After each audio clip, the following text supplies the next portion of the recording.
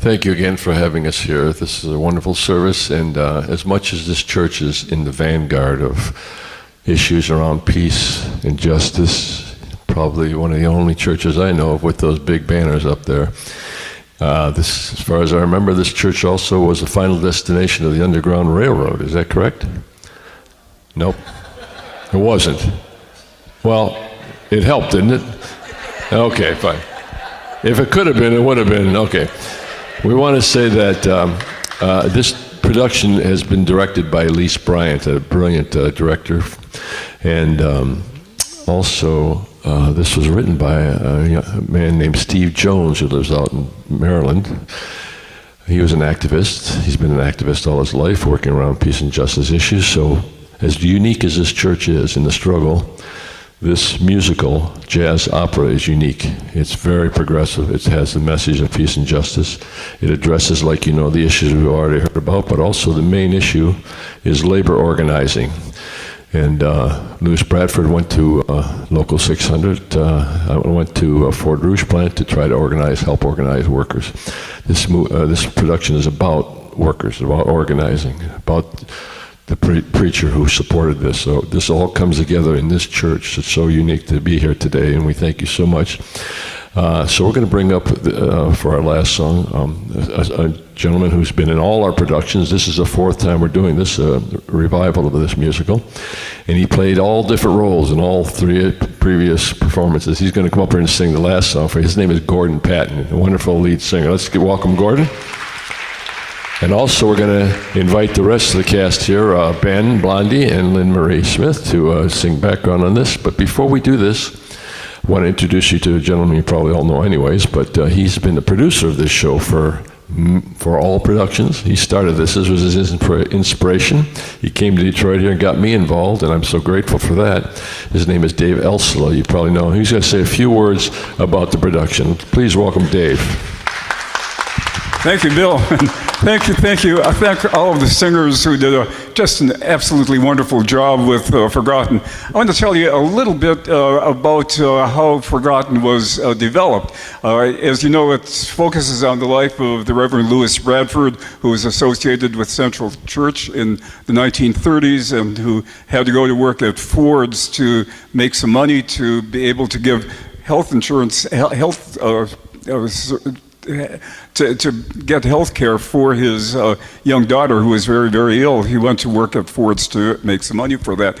And because he was an advocate for workers there, didn't fly with the Ford management, with the Ford leadership, so they harassed him, and one night on the shop floor he was found fatally injured. The company said it was an accident. The family never believed that, believed that it was an accident, and felt that there was foul play involved because of Louis Bradford's advocacy work for workers. So Steve Jones, who composed Forgotten, was Louis Bradford's great nephew. And Steve had heard stories for years and years and years in the family about his great uncle, about Louis Bradford, about his life and his mysterious death. And in 1991, over 50 years later, Steve came to Detroit to investigate his great uncle's death. And he got a copy of the autopsy report and took it to the Wayne County Medical Examiner 50 years later. The Wayne County Medical Examiner said, this was no accident, this was a homicide. It should have been classified as a homicide. So Steve went back to Maryland, where he lives, and he composed 25 songs that tell the story of Louis Bradford, that tell the story of how workers built Detroit into a union town in the 1930s, and put them together in Forgotten, the jazz opera that you will have a chance to see October 10th, 11th, and 12th at Marygrove Theater. And I hope you all come and see it. It's a wonderful show. It's an amazing show.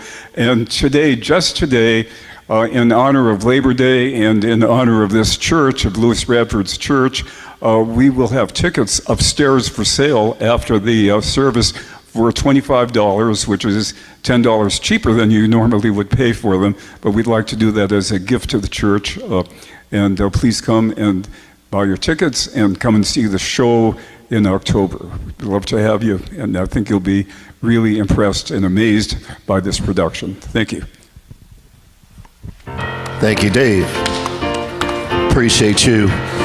Again, my name is Gordon Patton. I'm just delighted to be here and thankful and grateful to be in the house of the Lord and in the Peace and Justice Church. If I wasn't here, I'd be at my own church, and that would be Fellowship Chapel, where the Reverend Dr. Wendell Anthony is my pastor. And so I'm grateful to be here, and I'm grateful to have my wife, my beautiful wife, Karen, here with me as well. And also grateful to have been in the productions since the inception, and I'm still going. So thank you all for having me, and I look forward to the production. And thank you, Dave, for your hard work and bringing us together.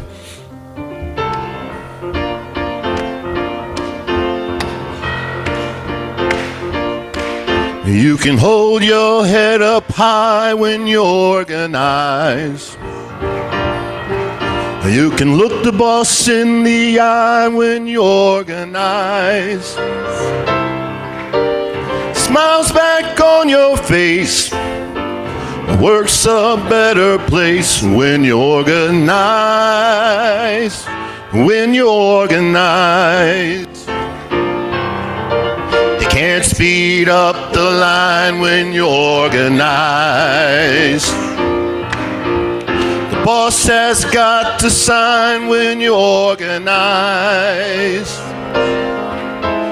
Smiles back on your face. Work's a better place when you organize. When you organize. The heat of the moment, fire in your eyes, hearts that filled with hatred can't strategize. I may not make it to the end with you, but there's no doubt that we will win if we do what we gotta do. Now all the world can see when you organize. They got to deal with you and me when you organize. Smiles back on your face. The work's a better place when you organize. When you organize. When you organize. When you organize.